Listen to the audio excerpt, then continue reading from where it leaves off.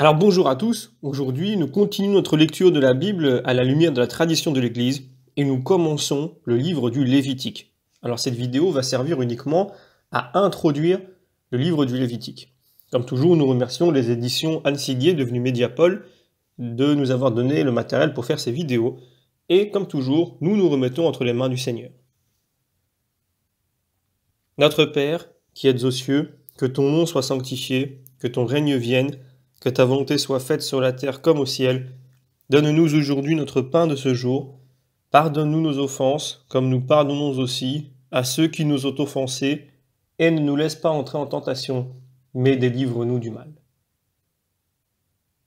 Également, nous nous remettons entre les mains de notre Mère bienheureuse et bienveillante, la Vierge Marie. Je vous salue Marie, pleine de grâce, le Seigneur est avec vous. Vous êtes bénie entre toutes les femmes, et Jésus, le fruit de vos entrailles, est béni. Sainte Marie, Mère de Dieu, priez pour nous pauvres pécheurs, maintenant et à l'heure de notre mort. Amen. Alors comme toujours, nous faisons cette demande explicite à l'Esprit Saint. Spécifiquement, nous lui demandons de corriger en nous les erreurs éventuelles qui peuvent provenir de notre imperfection humaine. Alors le livre du Lévitique, eh bien, qu'est-ce qu'on peut en dire pour démarrer? Je pense qu'une introduction est importante parce que, de nos jours, la loi n'a pas bonne presse. Sans nous en rendre compte, nous sommes victimes de l'influence conjuguée de Kant et du subjectivisme, qu'on peut aussi appeler nominaliste, et qui ont déformé profondément l'idée spontanée courante que l'on se fait de la loi. Le subjectivisme enlève à la loi son fondement objectif dans la nature même des choses et de l'homme, si bien qu'elle paraît arbitraire, ou du moins variable suivant les circonstances, simple conception entre bien d'autres. Et l'impératif catégorique lui donne valeur impersonnelle. La seule voie assurée est la conscience, nous dit Jean-Jacques Rousseau. Et la seule règle subjective, la sincérité. On en arrive au point que tout rappel de la loi attire le soupçon ou l'accusation de légalisme. Évidemment, c'est tomber dans l'erreur trop fréquente de prétexter l'abus pour condamner la pratique saine et profitable, autrement dit, jeter le bébé avec l'eau du bain. Oui, la conscience est notre guide, mais fragile et influençable, soit par les préjugés ambiants, soit même par nos propres mauvais instincts. Les sciences de l'homme devraient au moins nous l'avoir appris. Dans la confusion des idées, où il devient parfois difficile de savoir discerner le bien du mal, il est d'autant plus nécessaire de pouvoir, au moins sur l'essentiel, se référer à une norme claire, sûre, absolue, sur laquelle puisse s'appuyer la conscience pour juger de son propre cas en toute indépendance d'esprit. Alors je vous propose différentes parties pour introduire le livre du Lévitique, et la première partie, c'est de voir la Bible comme Torah. Alors c'est vraiment ça que nous offre la révélation biblique. Il serait malhonnête de le cacher. La loi est au cœur de l'écriture, si bien que ce mot de Torah suffit à désigner l'ancienne loi ou ancienne alliance. Mais justement, ainsi qu'on l'a déjà vu, notamment dans l'introduction à Exode chapitre 20 à 24. Pour la Bible, donc aussi pour tout chrétien, la loi n'a de sens qu'à l'intérieur de l'alliance. Elle en est l'énoncé même. Pour le rappeler aussi indiscutablement que possible, citons quelques représentants de la tradition tant juive que chrétienne. Nous avons notamment Neher qui dit ceci. Le terme même de loi est insuffisant pour marquer la plénitude du mot hébreu Torah, que l'on a pu réduire à une loi que par le canal du terme grec nomos, qui le traduit dans la Septante. Torah en hébreu, ce n'est pas l'ordre, mais l'orientation. Pas la loi, mais la voie. La route sur laquelle est possible un cheminement en commun. Au vrai, les exigences de la Torah s'énoncent rarement à l'impératif, mais presque toujours à cette forme de la grammaire hébraïque que l'on appelle l'imparfait, ou imperfectum, ce qui n'est pas encore achevé, qui a bien plus le ton d'une invitation que celui d'un ordre, et qui implique l'égalité des participants dans un domaine comparable à la prière plutôt qu'à l'obéissance. Prière, alors le terme n'est pas excessif si l'on veut bien réfléchir un instant à la valeur d'un thème par lequel, une fois encore, la Torah de Moïse se revêt d'une signification singulière, le thème de l'amour de Dieu. Que Dieu aime les hommes, qu'ils soient leur père, leur protecteur, leur patron, C'est ce que d'autres génies antiques avaient pressenti, sinon clairement exprimé. Mais que les hommes soient invités à aimer Dieu, voilà qui bouleverse la structure religieuse du monde. Tout se passe comme si Dieu révélait dans la Torah l'exigence d'amour, parce qu'il avait besoin d'être aimé. C'est cette recherche d'amour qui informe l'alliance et qui, dès le Sinaï, lui confère sa tonalité à la fois anxieuse et exaltante. D'Adam à Noé, de Noé aux patriarches, des patriarches au Sinaï. Dieu a été inlassablement en quête des hommes. Maintenant au Sinaï, il les a trouvés définitivement. La nostalgie de Dieu est satisfaite. Dieu a un projet qu'il veut réaliser avec la participation des hommes. Il appelle les hommes à coopérer avec lui. La Torah n'est autre chose que l'énoncé des efforts nécessaires à une aventure commune sur terre, entre Dieu et les hommes. Elle est la charte du royaume de Dieu sur terre. Le débat entre la loi et la foi n'aurait plutôt jamais provoqué de schisme s'il ne s'était agi que de choisir entre légalisme et spiritualité. Le judaïsme orthodoxe savait que depuis Moïse, depuis Abraham, depuis Adam, la loi se vivifiait par la parole, que sa dimension impliquait une intériorité spirituelle sans laquelle elle n'était qu'une parodie de la volonté de Dieu. Voilà pour le commentaire de Neher. Je peux prendre également un commentaire de Ringren qui, au sujet de la religion d'Israël, dit ceci. Ce mot de Torah exprime un principe capital de la morale d'Israël. La loi et la parole de Dieu expriment sa volonté et possèdent une autorité divine. Vivre selon la loi, c'est faire la volonté de Dieu. Le comportement moral est fixé par les commandements divins. La loi indique la volonté de Dieu, éclaire l'homme, le rend sage, l'avertit, lui montre le droit chemin. Psaume chapitre 19. C'est un don de Dieu pour le grand bien de l'homme. Voilà, maintenant je peux prendre également un commentaire de Bouillet qui, dans son ouvrage La Bible et l'Évangile, dit ceci. Dans ce contexte et dans ce contexte seul, la loi donnée sur la même montagne de Dieu où le nom a été révélé prend sa vraie signification. Elle n'est pas, elle ne sera jamais pour l'Israël pieux, ce fardeau juridique extérieur qui frappe précisément, qui la voit du dehors. La loi, c'est la communion avec Yahvé, par l'adoption de ses propres pensées, par l'assimilation à ce qu'il en est lui-même et qu'il a révélé au seul Israël. Soyez saints comme je suis saint. Ce mot du Lévitique en résume tout le fond. Pour l'Israélite, on voit donc que ce sera ce que devrait être la préoccupation perpétuelle de la loi de Dieu. Non point un esclavage légaliste, mais jusque dans le détail prosaïque de l'existence quotidienne, l'attitude de disponibilité, d'attention subjuguée, de réponse totale à la parole divine qui est le fruit de l'expérience prophétique et dont la vie d'Abraham demeure le modèle. Ainsi, et sans nul paradoxe, comme l'a fort bien compris ce juif chrétien qui a écrit l'épître de Jacques, vivre par la foi et observer la loi pour n'être qu'un seul et même programme. Par ailleurs, l'identification de la parole et de la loi qui se cristallise autour de Moïse prépare une autre et capitale extension de l'idée de parole divine en Israël. Par là, en effet, cette parole cessera tout à fait de se confondre avec l'expérience exceptionnelle de quelques privilégiés. Alors voilà, je peux prendre maintenant un autre commentaire, celui de Haring dans son livre La loi du Christ, qui dit ceci. La prédication des commandements est essentiellement théocentrique et en même temps responsoriel, dialogal, parce que le commandement est un concept totalement religieux. Dieu lui-même fait précéder la promulgation des commandements au Sinaï par le double thème de la religion, sa gloire souveraine et sa révélation d'amour. Je suis le Seigneur ton Dieu, je t'ai tiré d'Égypte, maison de servitude. Exode chapitre 20. Les commandements de Dieu sont les paroles, parce que le décalogue veut dire 10 paroles, que le divin amour nous adresse. Il débouche dans le grand commandement de charité. Et c'est là justement que nous pouvons faire le lien avec la deuxième partie qui concerne la liberté dans la loi. Alors, si l'alliance n'est que l'amour de Dieu s'offrant à la liberté de l'homme, comment l'observance de la loi, par où s'accomplit l'alliance, pourrait-elle ne pas être avant tout l'œuvre de notre liberté? Mais œuvre de libération d'abord, dans la mesure où l'on acquiert sa liberté qu'en se libérant du vieil esclavage, contracté en Adam. Prenons un commentaire de Divo Barsotti. Si la loi est imposée de l'extérieur, elle ne suffit pas. L'homme ne se sent alors ni protégé ni garanti. Il se sent au contraire menacé de toutes parts. Dès le décalogue, tu dois écouter à l'intérieur Dieu qui te parle à l'intérieur. C'est de l'intérieur que Dieu reprend son œuvre et la sauve. Le rapport avec Dieu exige la liberté. Une loi purement extérieure deviendrait une malédiction pour l'homme.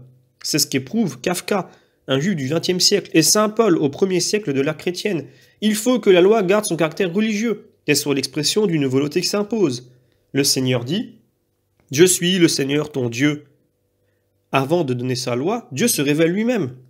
La loi est loi parce qu'elle est promulguée par Dieu. Si l'âme voit dans la loi un caractère de nécessité, elle y ôte le caractère d'une rencontre avec Dieu où Dieu parle et l'homme répond. Rapport personnel, liberté de la part de Dieu, de la part de l'homme qui veut donner à sa vie une empreinte religieuse. S'impose donc ici une liberté vis-à-vis de la loi. Le pieux israélite sent à la fois le besoin de la loi et le besoin de s'en affranchir. Alors maintenant que nous avons dit cela, nous pouvons passer sur la troisième partie. Vous voyez, c'est des toutes petites parties, mais ça nous permet de bien saisir ce qu'est la loi au vu de la Bible. Et là, on va parler de la continuité de la transcendance. Pourquoi? Parce que sur tous ces points, la tradition juive et chrétienne s'accordent parfaitement. C'est un mensonge que d'opposer, comme on le fait si souvent, le Nouveau et l'Ancien Testament, la charité du Christ à la loi de Moïse, comme si l'Évangile n'était pas l'accomplissement même de la loi. Et saint Paul même n'a souligné les insuffisances de la loi que pour mieux porter à la pratiquer avec la plénitude et la liberté chrétienne. Nous lisons en Romains chapitre 3. Détruisons-nous donc la loi par la foi? Pas du tout. Bien au contraire, nous confirmons la loi. D'ailleurs, jamais l'Église ne s'est passée de la loi. Je prends un commentaire de Von Rad qui parle de la théologie de l'Ancien Testament. L'événement salutaire par lequel Israël est devenu la propriété de Yahvé est inséparable de la conformité à certaines normes qui délimitent clairement le cercle des élus, en particulier sur ses bords. Il n'en allait pas autrement dans la jeune Église chrétienne. Elle aussi se savait dès le début liée à une certaine norme juridique qu'elle appliquait sans arrière-pensée. Personne n'ira dire que Paul a légalisé l'état de chrétien parce qu'il a insisté parfois très rigoureusement sur certaines séparations et certaines limites. On le voit notamment en 1 Corinthiens chapitre 5 verset 5 et chapitre 16 verset 22. L'Église chrétienne naissante se voyait placée elle aussi devant la nécessité de se séparer des membres indignes. Du simple fait qu'elle existait, il y avait un dedans et un dehors, et la tâche de tracer la frontière entre ces deux domaines s'imposait à nouveau.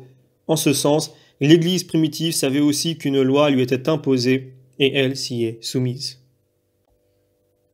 Voilà un parfait commentaire. D'ailleurs, et surtout, comme ce commentateur le note, pour la science biblique, il devient évident qu'il ne peut pas exister de théologie de l'Ancien Testament limitée à elle-même si l'on tient compte du caractère spécifique essentiel de l'Ancien Testament, le fait qu'il annonce l'événement néo-testamentaire du Christ. C'est donc, depuis le début, notre guide de lecture. On l'a vu déjà dans la première vidéo avec l'introduction générale. Donc pas plus que l'histoire sainte, la loi n'est donc fermée sur elle-même. Elle reste ouverte aux réinterprétations ultérieures dont le Deutéronome est le type même, puisqu'il ne s'agit pas d'une nouvelle loi, mais d'une compréhension renouvelée de l'unique loi du Sinaï. Et c'est à elle encore que se réfèrent non seulement les prophètes, mais le Christ lui-même et saint Paul. Les préceptes fondamentaux se voient ainsi confirmés, parfois littéralement, tandis que les prescriptions plus matérielles sont interprétées plus à fond, avec tout à la fois plus de rigueur et plus d'universalité. Vous avez appris, tu aimeras ton prochain, eh bien moi je vous dis, aimez vos ennemis. Ah, vous prétextez l'évangile pour faire fi de la loi de Moïse? Soit, ne pratiquez plus le talion, mais tendez l'autre joue. Voilà donc le commentaire de Von Rad. Donc dans la continuité éclate la transcendance de l'évangile. Alors maintenant nous passons sur la dernière partie, qui est la valeur pédagogique et figurative de la loi.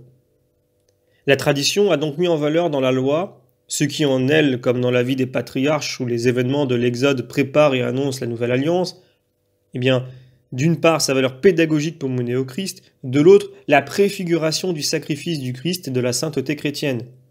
Je prends là un long commentaire de saint Clément d'Alexandrie, qui est issu des Stromates.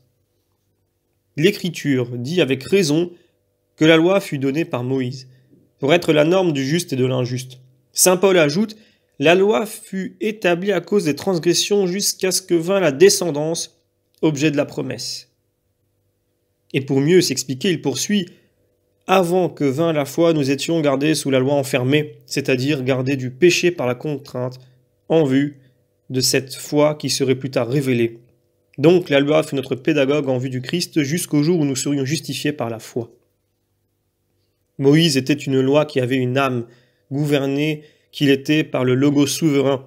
Il procura un bon régime politique qui est une belle éducation des hommes. Il traita du pouvoir judiciaire qui est l'art de corriger les pécheurs afin qu'ils apprennent la justice. Le pouvoir de punir est du même ordre et sait garder la mesure dans le châtiment. Tout en punissant, il redresse l'âme. Toute la méthode de Moïse, dirais-je, consiste à éduquer ceux qui peuvent devenir des hommes excellents et à gagner leurs semblables. Que personne ne médise de la loi comme si elle manquait de bonté et de noblesse du fait des sanctions qu'elle porte. Si le médecin qui guérit une maladie du corps est considéré comme un bienfaiteur, à plus forte raison, celui qui s'efforce de libérer notre âme de ses vices prend-il notre intérêt, puisque l'âme est plus précieuse que le corps. Nous supportons piqûres, brûlures et médecines, appelant sauveur et guérisseur celui qui nous les applique, car ce n'est certes pas la cruauté ni la haine, mais plutôt la règle de son art qui lui fait amputer un membre pour éviter que les parties saines ne se corrompent à leur tour. Et personne ne songe à dire que la médecine soit quelque chose de mauvais.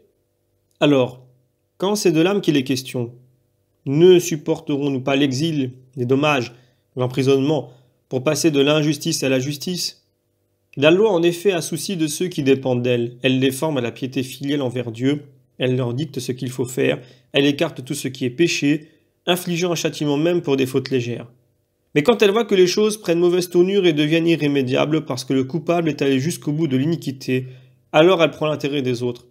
Et afin d'éviter qu'ils ne se corrompent eux aussi, elle ampute, dirais-je, le membre gangréné. Pour le bien général, elle décide qu'il mourra. Jugés par le Seigneur, dit l'apôtre, nous sommes châtiés pour ne pas être condamnés avec le monde. Avant lui, le prophète avait dit « Le Seigneur m'a châtié rudement, mais il ne m'a pas livré à la mort. » Et dans le Deutéronome, c'est pour t'apprendre la justice qu'il t'a corrigé, il t'a éprouvé, il t'a fait souffrir la faim et la soif dans le désert afin que ton cœur connaisse la loi, ses lois et son droit, tout ce que je t'ordonne aujourd'hui, et pour que tu saches dans ton cœur que le Seigneur notre Dieu te corrigera comme un homme corrige son fils. Le bien le plus grand et le plus parfait est d'amener quelqu'un de la malfaisance à la vertu et à une vie droite, et c'est ce qu'opère la loi. Voilà donc pour ce commentaire de saint Clément d'Alexandrie. Et là, je vais prendre un commentaire d'Hippolyte qui est tiré d'une homélie inspirée du traité sur la Pâque. La loi de Moïse est un recueil d'enseignements variés et impératifs, une collection utile à tous de ce qu'il est bon de faire en cette vie, et une initiation mystique aux coutumes de la vie céleste. Un flambeau et une lampe, un feu et une lumière, réplique des lampadaires d'en haut. La loi de Moïse était l'itinéraire de la piété, la règle des mœurs honnêtes, le frein du premier péché, l'esquisse de la vérité à venir. La loi de Moïse était pour la piété un maître et pour la justice un guide, pour les aveugles une lumière et pour les insensés une preuve, pour les enfants un pédagogue et pour les imprudents une amarre, pour les nuques raides une bride, et pour les impatients du joug un joug contraignant. La loi de Moïse était le messager du Christ, le précurseur de Jésus, le héros et le prophète du grand roi, une école raisonnable, un gymnase nécessaire et un enseignement universel, une doctrine venue à son heure et un mystère temporaire. La loi de Moïse était un résumé symbolique et énigmatique de la grâce future, annonçant en image la perfection de la vérité à venir. Par les sacrifices, elle annonçait la victime, par le sang, par l'agneau, par la colombe, par l'autel, le grand prêtre, par le temple, le séjour de la divinité, par le feu de l'autel, la lumière du monde, qui descend d'en haut. Voilà donc pour ce commentaire, je rajouterai celui de saint Irénée, qui dit ceci. Dieu n'a nul besoin du service du culte, car il est toujours comblé de tout bien, et il en a lui-même toute odeur de suavité et toutes les fumées des parfums, même avant que Moïse fût. Mais il éduquait le peuple enclin à retourner aux idoles, Il le disposait par de nombreuses prestations à persévérer dans le service de Dieu. Il l'appelait par les choses secondaires aux principales, c'est-à-dire par les figuratives aux véritables, par les temporelles aux éternelles, par les charnels aux spirituels, par les terrestres aux célestes. Par ces figures, ils apprenaient à craindre Dieu et à persévérer dans son service. Ainsi, la loi était pour eux un enseignement en même temps qu'une prophétie de l'avenir.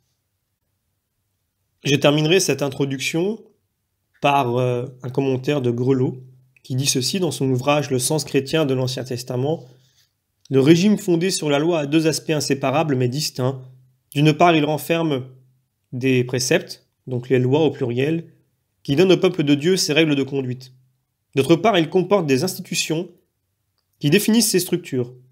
Or, le rôle des lois et des institutions n'est pas exactement le même dans l'économie du salut. Les lois en tant que règles de vie préparent les cœurs à accueillir l'évangile du salut qu'apportera le Nouveau Testament. Les institutions ajoutent à cette fonction pédagogique un élément plus directement connexe à la vie de foi. Elles esquissent en effet de façon figurative les réalités du Nouveau Testament.